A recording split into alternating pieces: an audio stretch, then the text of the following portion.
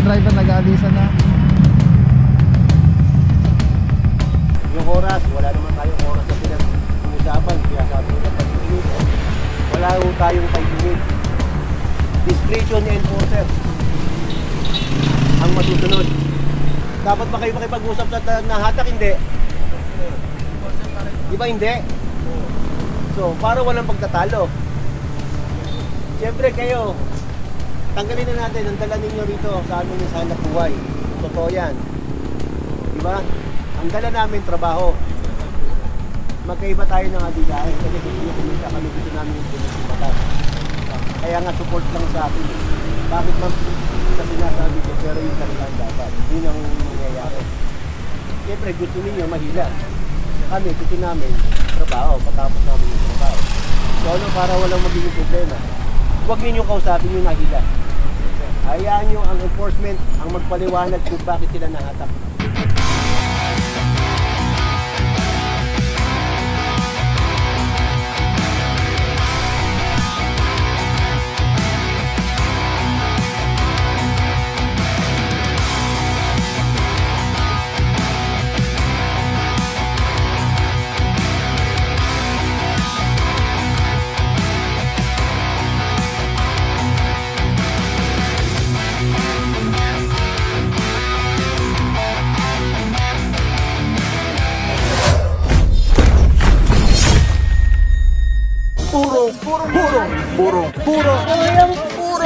Purong pagmamahal. Good morning po.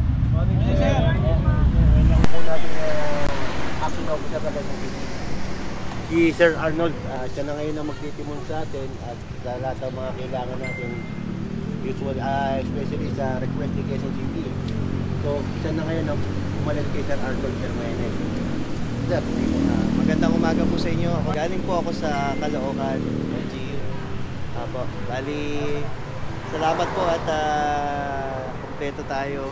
Iba hindi kahit hindi nakapunta, may mga representative naman. Maraming salamat po. Sana maging maayos po ang parating operation natin at walang maging problema. Salamat po, sir, sa pagtanggap sa Welcome po kayo dito sa team leader sir ng TTMD. Si Sir Francisco. Sir Francisco, salamat Actually, po. sir, yung team leader namin, random siya.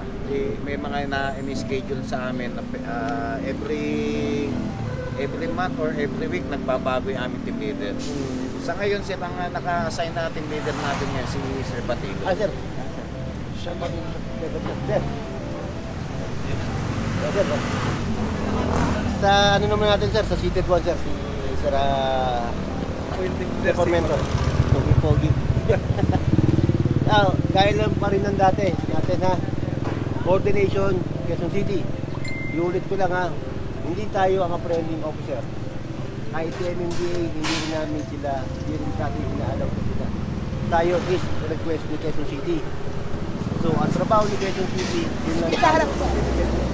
Kung ano ang advice nila, kung ano ang lakad nila, doon lang tayo susunod. Tayo is support. Naintindihan lang natin yun ha. Walang magpapauna. Advice nila, trabaho natin.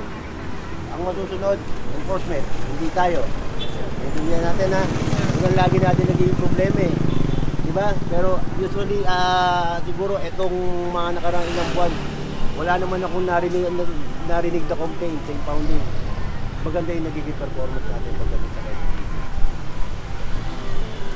So yun lang, panatilihin lang natin. Kaya nga hindi ko na binago yung deployment ninyo. Nagdagdag lang ako. Dahil kinakapos tayo. Ngayon, ito lang isang ano ko kasi hindi naman pwede na kung kailan nyo lang gustong pumunta rito, saka lang kayo sasama. Ngayon, uobligayin ko kayo. Ginawa na namin sa strike force. Sinususpend namin yung mga hindi na pupunta. Ganun na rin ang mangyayari sa inyo. Hindi naman namin pinagbabawalan kung talaga may lakad kayo, may sarili kayong lakad. Ano naman yan eh, reasonable, kaya na be reasonable.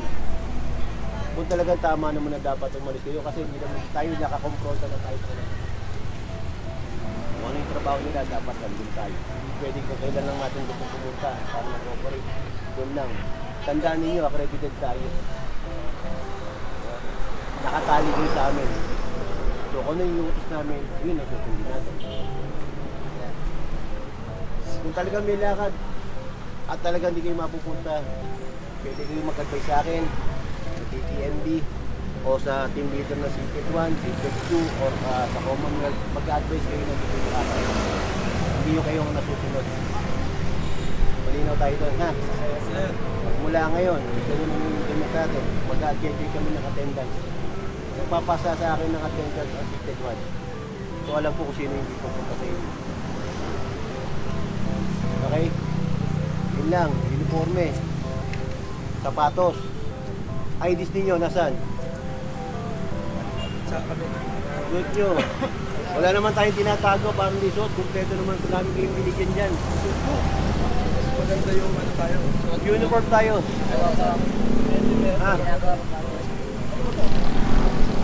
Makipag-usap. Dapat ba kayo makipag-usap sa nahatak? Hindi. Di ba hindi? So, para walang pagtatalo. Siyempre kayo, tanggalin na natin ang dala ninyo rito sa ano sa hanap buhay. Totoo yan. Di ba? Ang dala namin trabaho. Magkaiba tayo ng adilahin kasi gusto nyo kumita kami, gusto namin yung pinagsipatas. Kaya nga support lang sa atin. Bakit man sa sinasabi ko, pero yung kanilang dapat. Yun ang nangyayari. Siyempre gusto ninyo mahila. Kami, gusto namin trabaho, patapos namin yung trabaho. So ano, para walang magiging problema, huwag ninyong kausapin yung nahila. Hayaan nyo ang enforcement ang magpaliwanag kung bakit sila nahatak. Ituro nyo sila. Huwag nyo sasabihin na, sir, illegally pa rin kayo. Hindi tayo enforcement. Tandaan nyo. Ang magpapaliwanag, tropa. Ano ba naging problema ron? Yung oras. Kaya nga, sabi ko nga sa inyo, enforcer, pagka towable, MMDA, pagka administrative, local, magkakaintindihan tayo doon. Kung ano advice nila, hindi sa inyo mag-advise ang TTMB. Si TTMB mag-advise MMDA, then MMDA mag-advise sa inyo. Okay, okay tayo doon. Ayoko nung makipagtalo kayo sa mga nahila. Paliwanag nyo, ituro nyo para magpaliwanag yung enforcer. Hindi kayo. Kasi siyempre, isa lang sasabihin ninyo. Hindi yun. Hilahin nyo namin kayo. Hindi na kaya nyo yung paliwanag. Hindi nyo masabi kung bakit sila nahila. Kung bakit sila kailangan hinila. Yung oras, wala naman tayong oras na pinag-uusapan. Kaya sabi nila 5 minutes. Wala ho tayong 5 minutes. Discretion ni enforcer ang masusunod. Ngayon, para masunod yung guidelines natin, kasi implement natin, kay MMD, kasi sa atin, MMD ito, sila, meron silang sinusunod rin na guidelines. Bilang towing, para wala tayong bubusina tayo. Blowing of form, 5 times in a row with an interval of 1 minute. So, pagdating natin sa area, kahit yung tropa na, pwede naman trabaho, hindi na tropa eh. Kaya mga mobile naman, meron naman silang mga wangwang, di ba? Gumagawa na sila ng ingay para ma-alarma yung mga may-ari na sasakyan na dumarating yung unit na alarma na sila. Ganun din kayo. Hindi porkit sila lang ang nandun, nagwawangwang sila lang. So sabayan nyo ng busina. Yun lang, nagpapahiwatig na may nag-ooperate. Di ba? Mas maganda nga naririnig habang nag-video kayo, naririnig na nagwawangwang na nagbubusina kayo. Yun lang naman ng mga usual na nakatatanggap po reklamo. Kasi ako yung sumasagot ng reklamo natin sa impounding. Ako nagpapaliwanag kung sino ang may kasalanan, kung tama yung nila or mali, kung sino ang dapat nilang ireklamo kung sakaling may pagkakamali. Ako po ang nagsasagot kung sa complainant natin, sa mga nakikita. Para maiwasan, dito pa lang sa atin, kayo sila. Okay? Sir, Sir. Monday sickness nyo, okay lang ba? Yes, sir. Kasi kukunin ko yung attendance, po-forward ko kay Sir Ray. Pagka nakita ni Sir Ray na hindi talaga kayo pumapasok ng Monday, ay si Sir Ray nang bahalang magbigay sa iyo ng kaparusahan. Kung pwedeng hindi na kayo i-deploy dito, palitan na lang kayo, na kay Sir Ray yun. Pero yung tuwing Monday, hihingin ko yung attendance nila, Sir. Kasi para yung mga natin, mga kasama, pagdating kasi sa barangay, 3 pa. Ang daming atake. Paano na? Hindi na-indulto yung operation. Kaya pakiusap ko lang po, tuwing Monday, pumasok po tayo lahat. Yun lang naman po sa akin. Salamat po. Isa pa, sorry, isa lang na. Regarding pa rin sa operation, tandaan ninyo, wala tayong pilihan. Walang pilihan ha. Kung ano yung matatapat sa inyo, pila tayo, di ba? Wala naman siguro nagkakaunahan na, sir, di ba? Wala na. Ngayon, ganito na lang ang senaryo. Pilihan na lang ang nakikita ko. Pagka raw motor, o dilapidated, nilalagpasan ng mga nasa harapan. Tapatan tayo. Kung kanino matapat, siya kukuha. Ngayon, kung di nyo kukunin, in-advise ko na si Sir Herance, i-advise ko na rin sa TTMD. Once hindi nyo kinuha yung pinahilan nila, papansin pa yun. Nagkakaintindihan tayo dyan, ha? Trabaho, ika nga sabi sa inyo, sir, trabaho po kami. Pasensya na, sir, kung matatapat po kayo sa ganun. Darating naman, sir, ng panahon, babawian naman namin kayo, eh. Pagpalagay, sir, dilapidated na nahila mo. Sige, minsan, hindi natutubod yan. Nabubulok na sa impounding natin. Mapabalikin kita rito. Papahanap ko sa iyo yung tropa. Sige, sumunod ka ulit. O kaya kinabukasan, ikaw ang priority, ikaw ang una. Ganun, bawian tayo. Basta gusto lang naman namin, matrabaho namin kung ano yung dapat namin trabaho ngayon. Alalayan nyo na lang kami, kaya nga kayo nandyan para tulungan nyo kami. Kaya nga namin kayo hinard dahil doon. Tapos kami. Kasi kung kaya lang namin mag-avail ng contract, kahit pa kami kukuha ng pricing. Diba? Gampanan din natin, total, nakakaya pa kayo dati. So, i-admit nyo na rin. So, i-ano nyo na sa sarili ninyo na MMDA kayo. Na meron tayong trabahong ginagawa. Hindi yung kumita lang. Okay na tayo doon? Sir. Ha? Ayoko na makakapagreklamo ha. Wala kayo sir. Sir po. In behalf of sa TTMD, sir, ako na lang Sige, sir. ano ko lang sana, yung lagi natin sinasabi na pagpunta tayo sa area, hindi kailangan na may mahuli tayo eh. Na may mahuli. Ang importante doon, nag-comply tayo kung ano yung complaint ng mga mamamayan. Hindi kailangan pagdating natin doon, tatalon tayo, kukuha tayo kagad ng mga at isang ron na tayo kung minsan nagkukos ng traffic doon sa target area natin.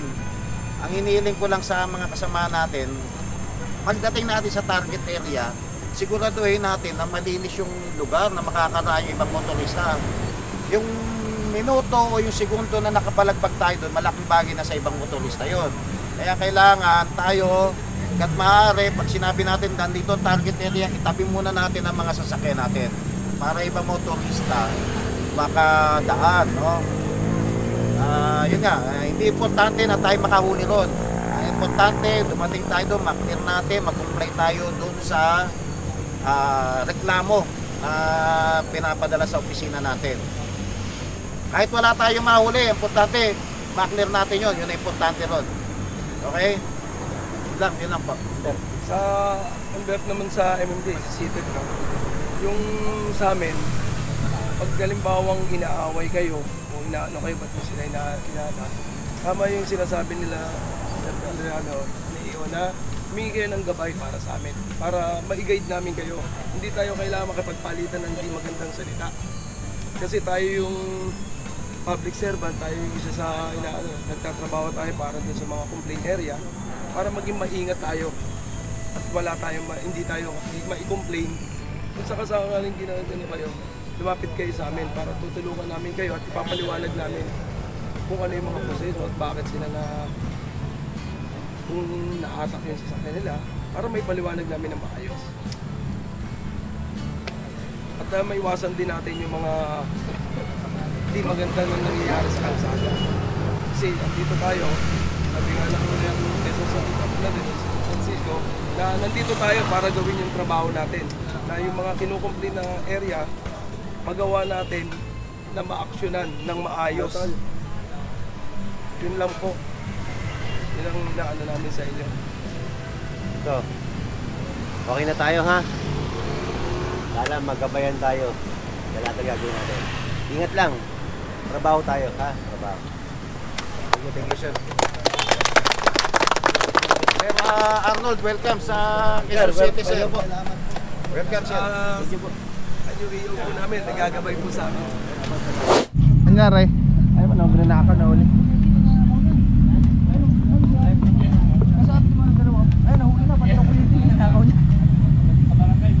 Umamin?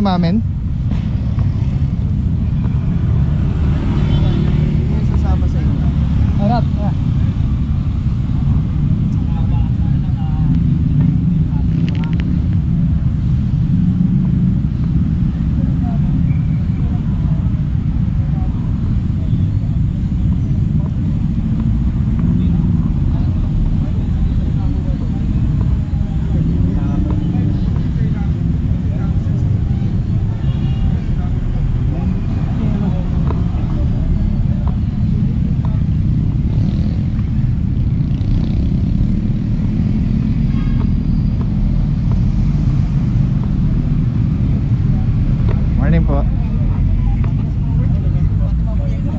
Nangyari, boss? Morning, bossing. Nabutak ko na lang ayon sa kanila, yung damit na suot, nawawala nung nakaraan. Ang problema, binugbog nila dahil para bubunutan daw sila. Sabi ko sa kanila, hindi mo pwedeng sabihin na palabasin na yan na nagnakaw niya. Kagaya nung sinasabi niya, napulot niya yung damit. Oh. So ano yung parang suspect na magnanakaw? Oo, actually may record na pala yan na nabugbog din dito dati. Ah, so kilala nila? Kilala na nila. Oh. Na mga towing, boss? Oh. Meron ng record, meron ng picture na nahuli na nagnakaw ng jack. Kaya lang yung sitwasyon ngayon iba. Dahil sabihin na natin siya nagnakaw na nakaraan, pero pagkakataon na to, hindi mo siya nahuli nagnakaw ng actual. Actually parang kamukha niya nga yung binugbog nung mag-operation tayo ng gabi. Naalala mo yun? Saan? Yung kasama natin sina Boss Apay, may binubugbog dahil nagnanakaw doon ng motor. Ay baka ito rin yun. Parang kamukha niya. Saan lugar naman yun? Sa gate 3. O sana ito. Kamukha niya, hindi ko lang sure pero parang ganyan itsura eh.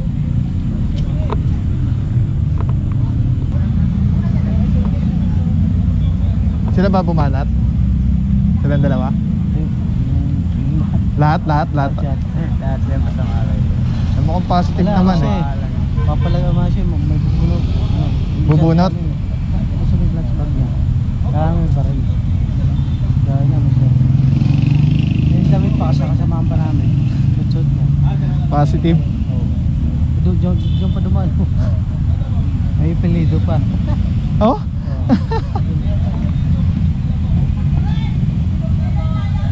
Nag-aaligid yata dyan kasi dami na nawala sa amin dun. Pera, Mga bakal-bakal. cellphone. Ah.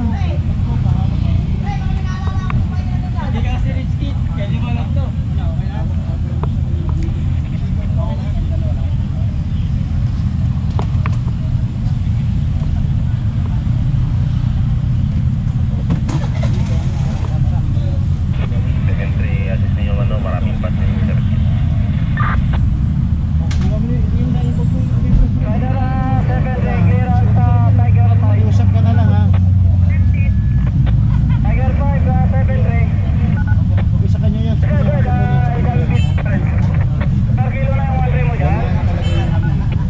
Sabi mo sa kanya galit na yan.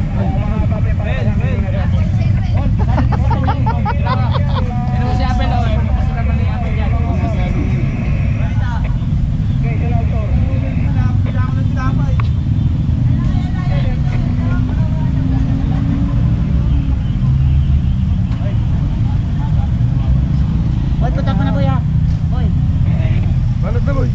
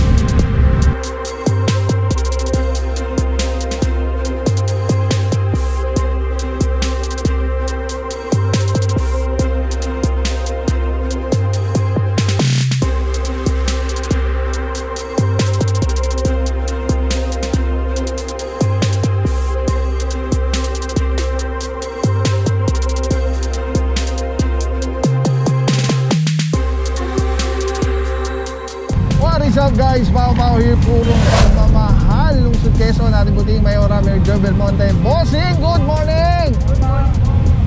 TTMD, Pikasi Paggaling, Sir Dexter Cardenas, Oyster for today, Officer Alvario, together with MMDA Seated 1, led by Officer Formante. Apuro, dito tayo ngayon sa Road 3, corner Road 1.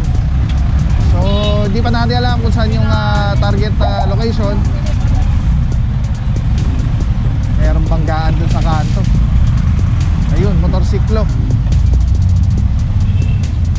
Oh, sumabit pa yung gulong ni kuya. Ouch, ang sakit. Sumabit yung mags. Puro kasama na dito, Officer Mentera. At sina Officer Francisco Arugay, Parama, Pantaleon, Batilo, Santa Cruz. Sino pa ba? And basta the rest of the gang. Tapos kasama natin MMDA Seated 1, sina Officer Rance, Salazar, Formante. And yes, hindi pa natin sure at tamay lang mapuro kung pero mukhang dito na sa area na to, ano, kasi ito yung usual na kiniklearing natin itong area. Pero ang trabaho pong gagawin ng team ngayon is compliance sa reklamo galing sa hotline 8888 Presidential Complaint. Araw natin mga puro, Friday, April 5, 2024. Tuloy-tuloy pagbabago, pagsaayos, lungsod, Quezon. Let's go guys, purong pagmamahal.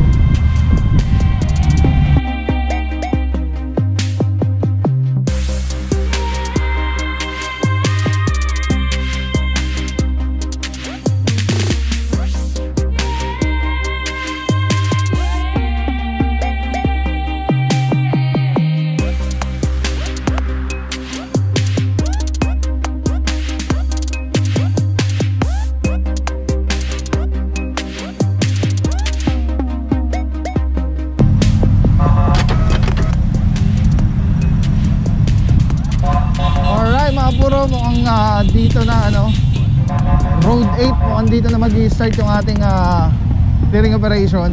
Ito na nga, ito na sina Officer Batilo, Officer Santa Cruz, sina Officer Parama. Sila po yung nakipag-coordinate at team leader natin sa MMDA Seated 1, si Officer Formante ba? May alamin natin. Tapos may isa pa dito, may mga driver, magsialis na lang, unattended. Napostehan po kayo ng team, possible matikitan. Kung di natikitan, ibig sabihin walang driver na dumating within 5 minutes, itutupuin yung sakyan. Alright mga puro, itong area na to, heading likod ng SM North EDSA. So, may mga driver, pinaalis na lang. Ang dami Again, ang team leader natin for today, Officer Alvario. Ito, unattended, matitikitan po yan pag may lumabas na driver. Pag wala naman, matutuw po yung kanyang sasakyan. So may driver, yan, alis na po tayo.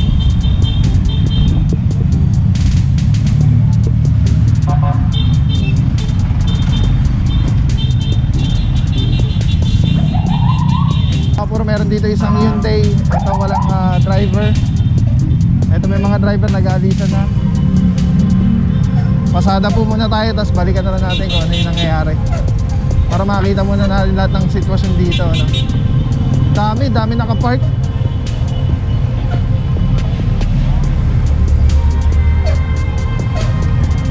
Dito po tayo sa harap ng eskwelahan. Anong school to? Natin may mga sakyan dito, mga walang driver. Santo Cristo Elementary School. Alright, yan mga puro, ang dami, ang ganito sa kabila. Pag nagkataon dito na mauubos yung natin, truck sa kasama. May van, may L300, mga walang driver po, unattended.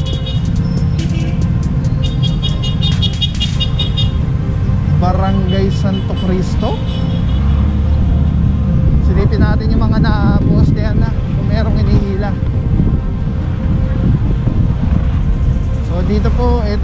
orasan na, 5 minutes. Meron isang lumabas na. Titikita na lang, Officer Batilio. TRD rin pala, kasama natin mga puro. Officer De La Cruz ang ating leader natin dyan.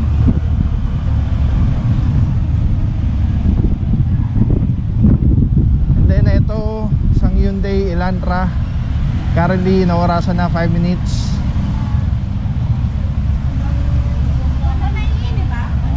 Tapos meron pa tayong mga nadaanan doon. Alright, yung nag-video po, yan po yung magsisilbing oras ng towing crew, towing team, na maipapakita natin doon sa may-ari na 5 minuto na tayo nag-aantay at nagbubusina. Marinig nyo naman kanina, no? Busina tayo ng busina, wang-wang pagdating doon sa area. So ayan, pag umabot na 5 minuto na po yung pag-video, yun na po, magde-decide na yung team para itawin yung kanyang sakyan.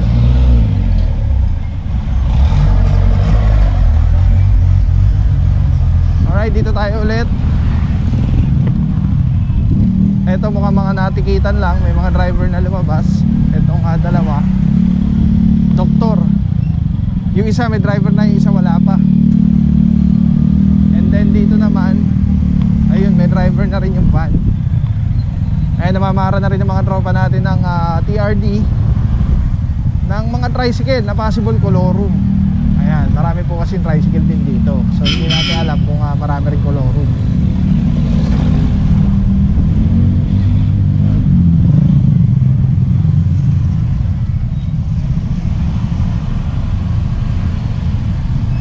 Akala ko may driver na. Wala pa. Grabe init.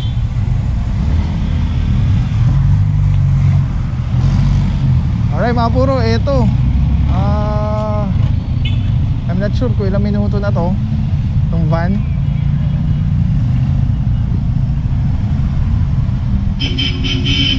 Pero mukhang nire-ready na yung tow truck para hilahin siya. Bawal na bawal po dito sa vicinity ng eskwelahan magparada.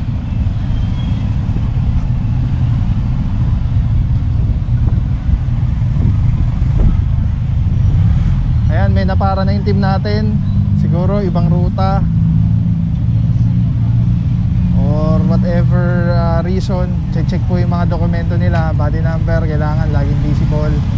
May guidelines po yan. Tapos yung permit, kung utility tricycle, at prangkisa kung kayo naman ay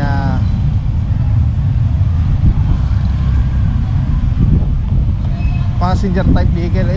May driver na lumabas doon. Tingnan natin. Alright mga puro, ito inihila na po. Itong Honda, yung isa nakita natin. Officer Mentera, Officer Batilio kasama natin dyan. And then dito naman, Officer Arugay.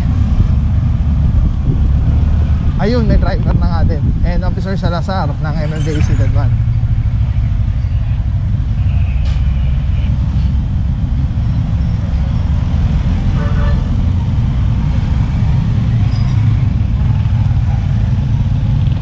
Alright, yan mga puro, may driver na, tikita na lang po ito. At nagbigay na rin po siya ng kanyang driver's license. Samantala, doon alam ko meron pa rin inaorasan doon eh.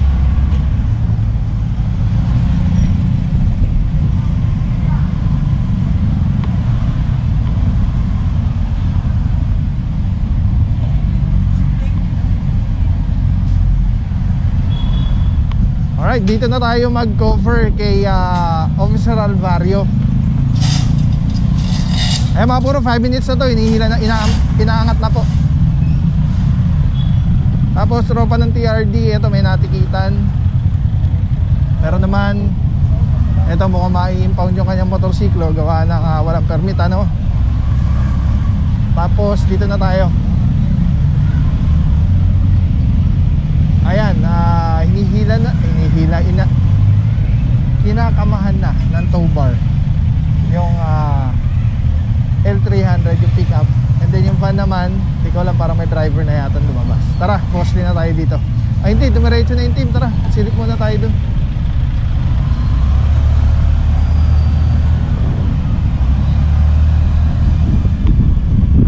Ayun, nagkakahila na nga rin dito sa bandang loob pa.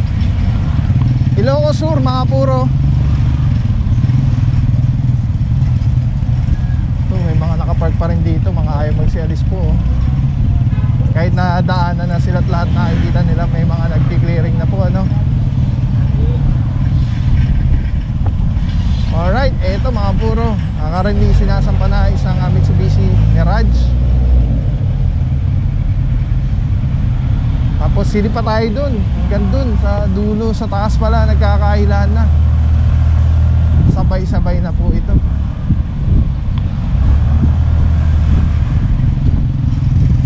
Maraming salamat sa iyo. Walang papapaw. So thank you so much sa walang sawang support, tiwala. Wala akong masabi kundi thank you so much. Thank you sa Panginoon at ingat kayo palagi. Again, wala akong nagpapapaw. So thank you so much. God bless you.